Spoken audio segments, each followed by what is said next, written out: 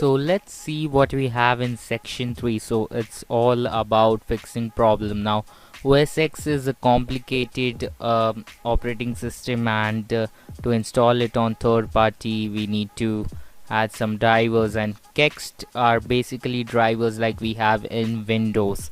So in you might face problems like internet problems. Then we have Intel.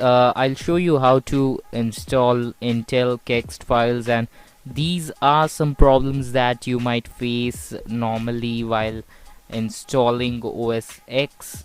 And we'll also fix up NVIDIA and some sound problems. So you might there might be cases where you might have problems and your headphone jack won't work and you won't hear sound from your headphone. And we also have a video where I'll show you how to fix all your general problems and usually find problems on your own. And then now let's start with the internet problem first, because once we have internet we can do all other fixes. So once you are connected to the internet you can download other things and start fixing other problems.